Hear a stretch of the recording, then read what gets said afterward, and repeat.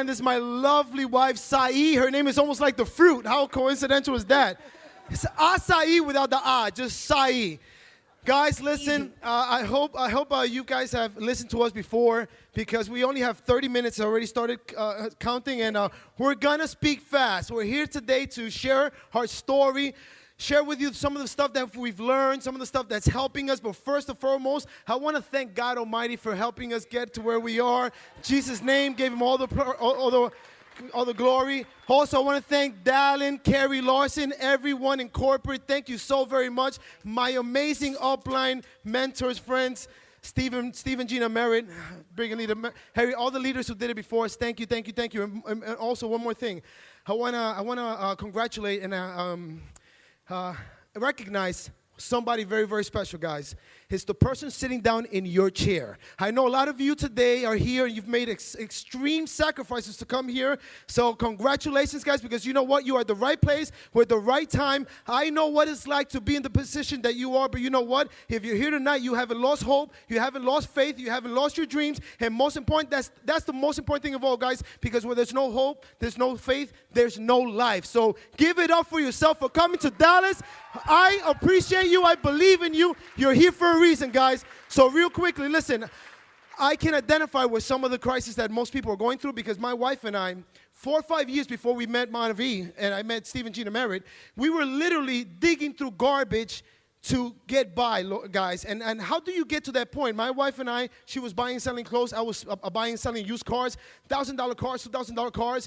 And sometimes it was hard. We didn't make enough money to eat, to cover all our bills at the end of the month. And guys, we went to a flea shop one time, and we bought some stuff, and we're sitting there in Sunrise, Florida.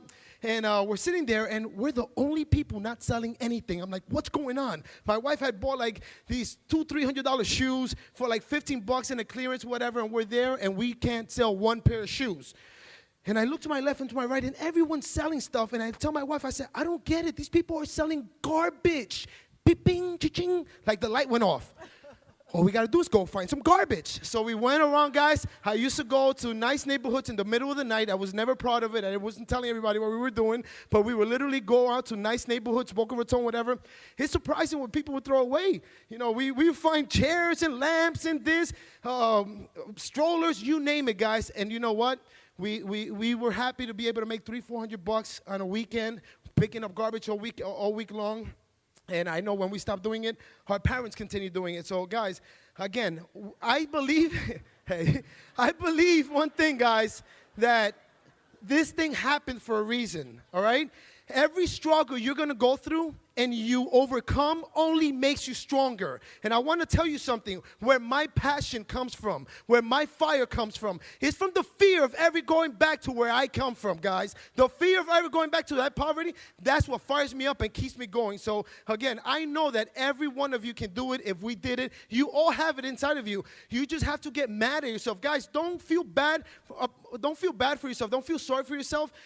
Get mad at where you are right now, because you know what? When you're angry, you're gonna stir up some emotions that are gonna get you going. When you feel bad and down on yourself, you kind of just stop. And that's one thing about us, guys. We've always been go-getters, chasing our dreams. We've always been dreamers. We've been the type of people that we see something and we're like, yes, we're gonna get it, and nothing can tell us we're not.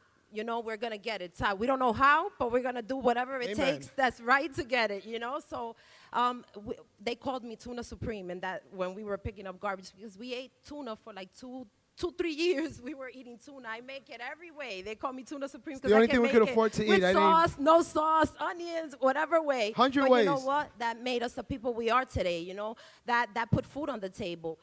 The only thing we didn't want our son to grow up and see us doing that, you know, and thinking that that's the only opportunity he was gonna have in life, you know. We wanted him to see us with vision, you know, with ambition, you know, for the future, to give him a better future. So that's why, you know, we committed ourselves.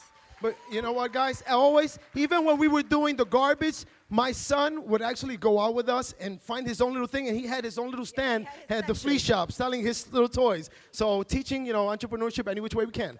But guys, I'm going to go right into my story, guys, because again, within my story, hopefully you guys get something today that can get you to the next level. Basically, 5.5 years ago, how did I meet Mono V? First time ever doing a network. I always ran away from these kinds of things, never was interested. I've attended a couple of meetings only because some of my friends and family members that know I'm very money motivated have gotten on my back, and until I made them promise me that if I attend one of these meetings and I'm not interested, will they promise never to talk to me about it again? So yes, I've attended a couple of network marketing meetings, but I've never signed up, never even thought about it, okay? 5.5 years ago, my son, at the time he was 12, got injured with bursitis, just inflammation, just too much pitching the baseball, whatever.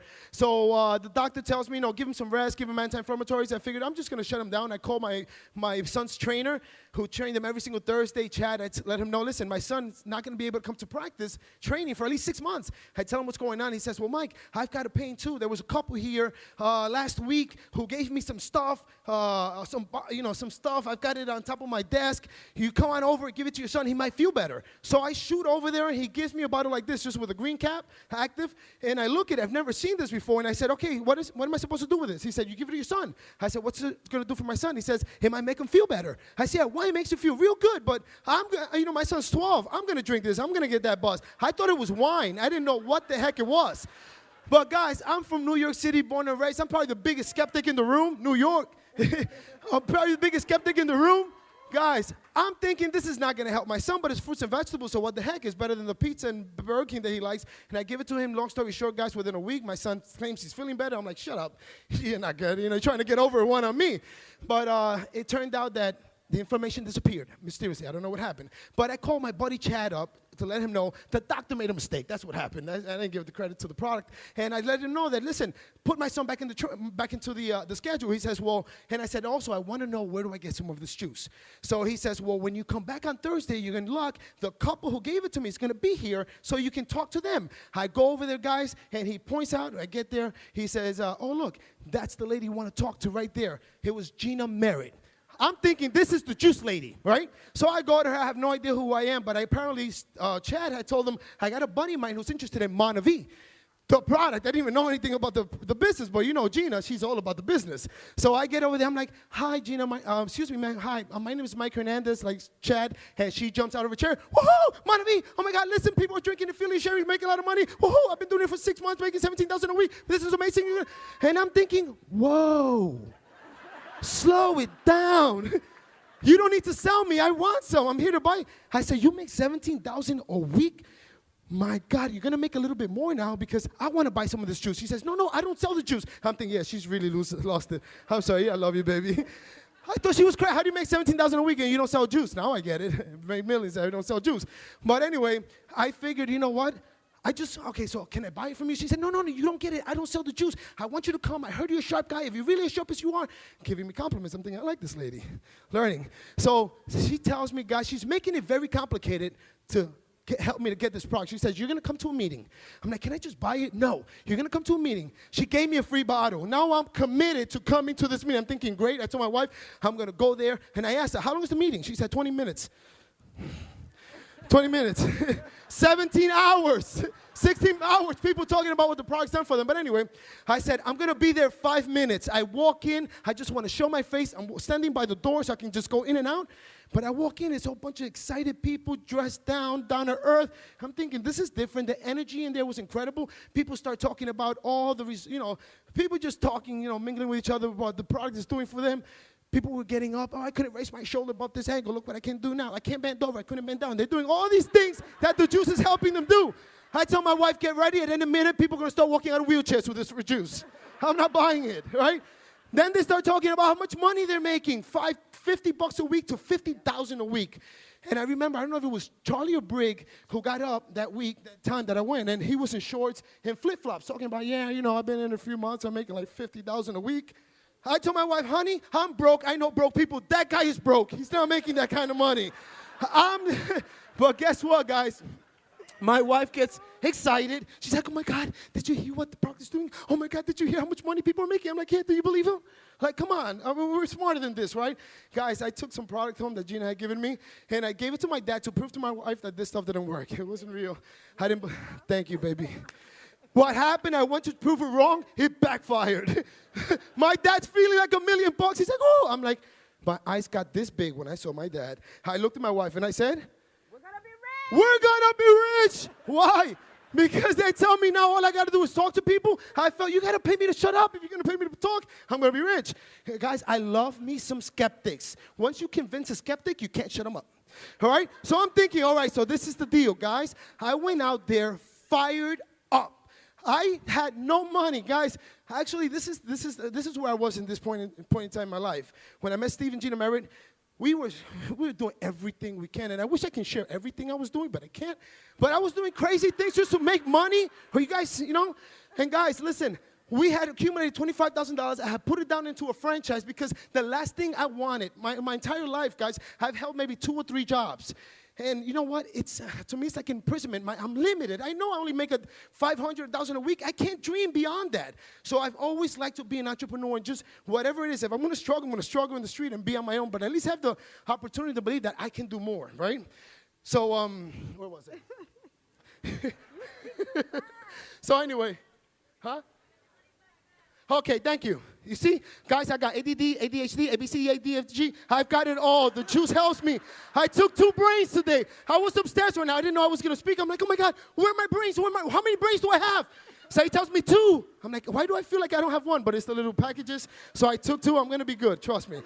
$25,000 I've got left. And guys, you know what? I put it all into a franchise. And I was going to borrow another $250,000. And guys, I had no credit. I was going to borrow it under my dead uncle's dog's name. Back then, you can get a loan under anyone's name, right? So this is what I was doing. I trying to do something. So I meet Steve and Gina Merritt. I see this opportunity. Steve tells me, Mike, I tell you what, if I can give you one advice, hold off on that. Because you're going to commit and you're going to be tied down to that. Look at this. Look at what we've been able to do. Guys, I was able to relate with some of these people. I went out there. I didn't have money to sign up. But I didn't tell him. And this is something you got to start learning, guys. The people who start telling me right now, oh, I can't, oh, I don't have money. Guys, those are not the people, because the people who are really going to do this, they're never going to admit to you, because they'll never admit to themselves that they can't do this. I had no money, but I was not going to tell Steve that, and I love it because I heard Steve's story, and it's just like mine. I had no money. Steve tells me, Mike, how big do you want to go? I said, buddy, I want to pass you, right? I had no idea what I was talking about, but I did. I really did. So he says, all right, Mike, that means you're going to talk to a lot of people. If you're going to talk to a lot of people, you're going to need a lot of product. When you met my wife, did she give you product? Yes. Did she give you brochures? Yes. He says, so every person you speak to, you're going to need that. Do you rather share a $35 bottle or 20? I said, buddy, it makes total sense. Just tell me what I need to do. Get 12 cases, get brochures, get this. You're going to need a credit card. It's going to cost you about $1,000. I'm like, okay. I got a credit card right here. And inside I'm thinking, Lord, if you let this go through, I swear I'm not going to swear as much. I'm going to be a better father, better son, better this. And the whole time I'm thinking like, and inside I'm like, Lord, ching. He's like, okay, it went through. I'm like, of course. I'm like, thank you, Jesus, right? So that's how I got started. My wife looks at me. I just bought $1,500 of juice. I've never done this. I don't know what I'm doing. Steve and Gina were leaving to Costa Rica the next day. I picked up my 15 cases, carried it to my car. He didn't even help me. He carried the juice to my car. Stop helping people. You crushed them, right? So now I'm carrying 15. He closes the door. My wife says, good night. What are we going to do with all this juice? I said, I don't know, but we're going to do it. We're going to do it. That was my attitude, guys. I didn't know what I was going to do. But, guys, listen to this. I went out there talking to everybody I knew. Nobody. Guys, we had no credibility. People didn't know I sold garbage since I wasn't proud of, telling everybody. But you know what? I had no credibility. I had no money. My car, you knew every corner I took because you can follow the oil. He made a left, he made a right. If I stood anywhere within 5 minutes, you knew it was either a thundercloud or Mike Hernandez standing or hanging around somewhere because of all the